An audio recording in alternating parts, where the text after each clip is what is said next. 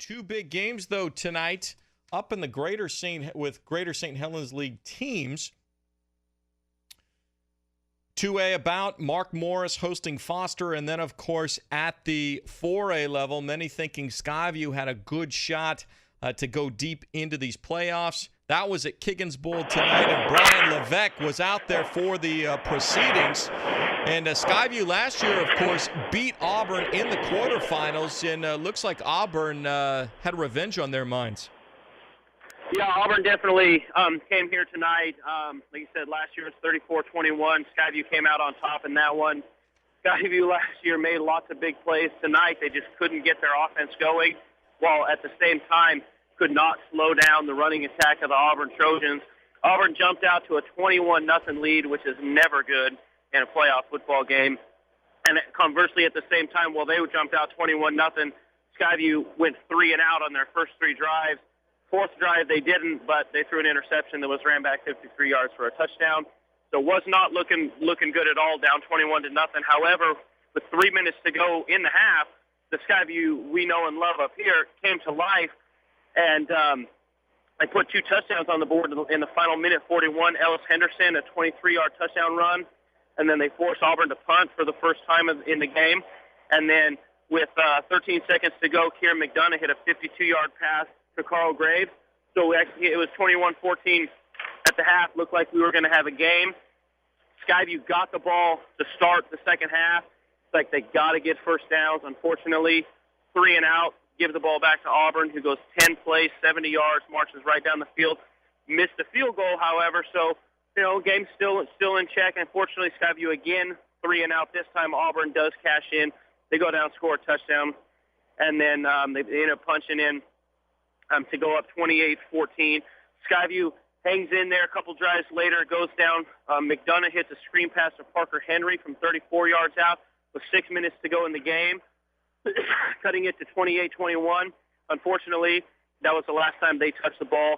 Auburn went down, ran 12 plays, milked the clock, went from the 30 down to the 15. Skyview used all their timeouts. They just could not stop the running, mostly of Alphonse Wades, their main running back. Early on, he had some big yards, got 48 yards on 5 carries, left the game injured, which then put it down into the hands of their quarterback, Max Pratt, who actually had 27 runs for 117 yards, and their second running back, Austin Embody, who had missed the last 2 games for the Auburn Trojans with a shoulder bruise. He had 13 runs for 82 yards. Just too much Auburn Trojan running the football tonight for Skyview. Storm season comes to an end, and also the season for at our 4A level, we have nobody left. So a tough way for the season to end for Skyview there, but fortunately at the 2A level, Mark Morris hosting Foster. Neither of these two teams ranked, so an opportunity for one of them to take advantage and get to the quarterfinals, and this was quite a wild affair.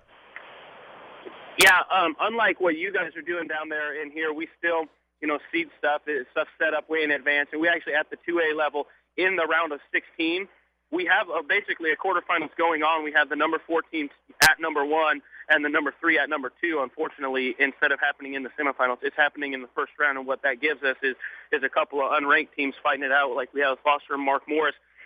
And Foster, they were looking to ruin the party up there in Longview as they jumped out to a quick 17-0 lead. And looks like things were not going to go well for the home team there with the Monarchs. But they fought back. They put up 2 touchdowns and 2 extra points right before the half. One of them on their last drive, Dan Feeney, who ended up with 21 runs for 172 yards and a touchdown, caught a 31-yard screen pass on a 4th down to set up that last touchdown right before the half. So, again, cutting it to 17-16. And then it was all Monarchs in the second half, and they ended up blowing this one out and cruising to a 38-24 win. So good stuff there. Again, Dan Feeney, just too much. The big fullback for Mark Morris was making plays on defense and just running over guys on offense. So, again, Mark Morris, for the second year in a row, will advance into the quarterfinals.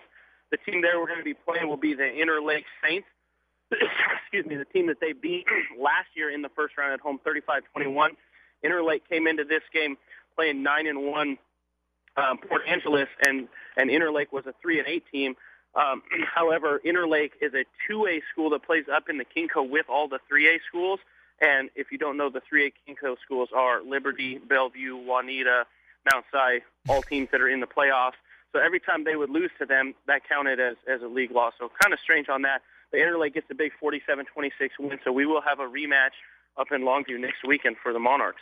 Well, that will be fun. I know the playoff action, everybody pretty excited tomorrow night. Camas, ranked number 3 at the 3A level, hosting the 4th-ranked Juanita team. Camas still looking for its first ever win in the WIAA playoffs, an official playoff victory. It's not going to be easy, especially without Logan Grindy, but we saw last week they're looking to advance. Everything else is working nice. What are the Papermakers' chance to win this game? Well, excuse me there. You know what? They have a pretty good shot. They played pretty well last week with Tony Gennaro filling in for Logan Grindy. Unfortunately, it's hard to gauge that one because, Rainier Beach was a bad football team. And so it's hard to tell how good they were. Was the Camas just look, really good or was they just bad? Bottom line is they were bad, but Camas did look good in breaking down Gennaro's decision-making skills. He made a lot of decisions, correctly, which is obviously good. The thing is, he didn't have any pressure on him. He's going to get pressure from what he did here. And they're going to get pressure as well. He has pretty much runs the ball a lot. Their main guy, Jeremiah, is 1,200 yards rushing coming in, and he's 5'11", 200.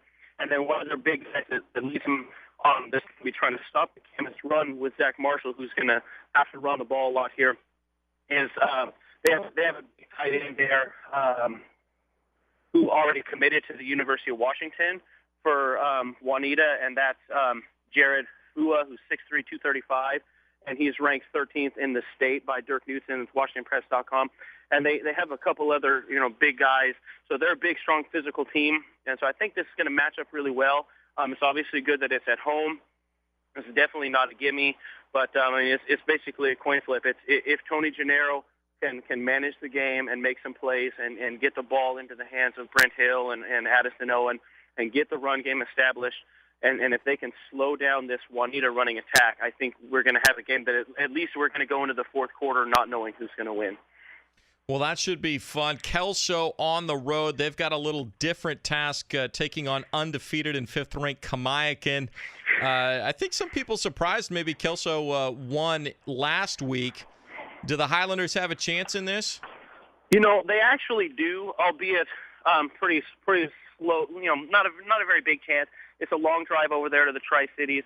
The thing is with that, Kelso defensively, one of their strengths is their defensive backs, although Slate Miller, one of their 5 DBs, is gimped up a little bit for this game. But Kamiakin is led by their quarterback, Joey Jensen, who's got 2,200 passing yards, 29 touchdowns. So Kelso has only given up about 5 passing touchdowns on the season, so we're going to have a little clash in there. I think they're going to have to stop is Tim White, the receiver for them, who has 9 receiving touchdowns, but not only that, he has 4 punt returns for a touchdown. He's run an interception back for a touchdown, and he's recovered a fumble and taken it in for a touchdown. So he's kind of their do-everything guy there for the Braves. So, but they also, and Kamiakin can also run the ball. They got a big bruiser up there in Dom Davis, who's over 200 pounds, 5'11", and so to keep teams honest, they can run it. Jared O'Neal, the middle linebacker, is going to have to, keep Don Davis there, and then their defensive backs are going to have to play lights out. They played well with Camas. Unfortunately, what you don't see in the highlights of that Camas game was, Camas moved up and down the field on Kelso at home 3 times, getting inside the 10 and coming away with no points against the Highlanders. So a game that was 24-13, easily could have been, 45-13, and then we're not thinking Kelso's as strong. But they did keep them to 24-13. But on the road, a storied program in Kamiakin who's been to the state playoffs 20 times or something like that. It's going to be a really tough task. But can they do it? They can. It's not like they're playing Bellevue or something where they have no shot. But it's pretty slim. All righty. So again, tough heartbreak for Skyview tonight. They get behind early, try and rally, but can't get it done. 28-21. No more 4A teams left, but a couple of 3A possibilities tomorrow. Camas hosting Juanita. What time's that game again, Brian? 6 o'clock out at Doc Harris. So that's at 6 o'clock out at Doc Harris. And then Kelso is on the road at number 5, Kamaikan. So a couple of 3A teams. And then Mark Morris, a big victory, 38-24, advancing to the quarterfinals of the 2A bracket in the WIAA playoffs. And, of course, you can get video, complete recaps, everything that you need with the Greater St. Helens League teams at GSHLFootball.com. As always, Brian, we appreciate it. Hopefully you'll have a game to go to next week here in the area. Well, at least at bottom line, we'll be up in Mark Morris. If anything else, we'll be up in Longview. So. Well, there you go. We will catch up with you next Friday night and encourage everybody to, again, head to GSHLFootball.com for all the details and great video as always.